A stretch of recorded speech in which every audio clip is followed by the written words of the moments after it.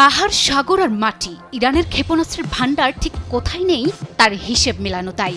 যে দ্বীপ একসময় পরিচিত ছিল তার অদ্ভুত শিলা গঠন আর ম্যানগ্রোভ বনের প্রাকৃতিক সৌন্দর্যের জন্য, সেই কেশম দ্বীপেই নাকি রয়েছে ইরানের ভয়ঙ্কর ক্ষেপণাস্ত্রের শহর।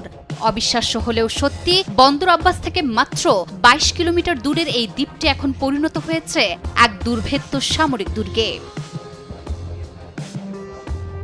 পারস্য উপসাগরের নীল জলরাশি আর লবণের পাহাড়ের নান্দনিক সৌন্দর্যের জন্য পরিচিত কেশম দ্বীপ পর্যটকদের কাছে এটি এক প্রাকৃতিক বিস্ময় হলেও, ইরানের এই দ্বীপটি এখন পরিণত হয়েছে এক বিশাল ভূগর্ভস্থ ক্ষেপণাস্ত্র নগরীতে। সংবাদ মাধ্যম আল জাজিরার দাবি অনুযায়ী মাটির নিচে লুকিয়ে আছে ইরানের তথাকথিত ভূগর্ভস্থ ক্ষেপণাস্ত্র নগরী।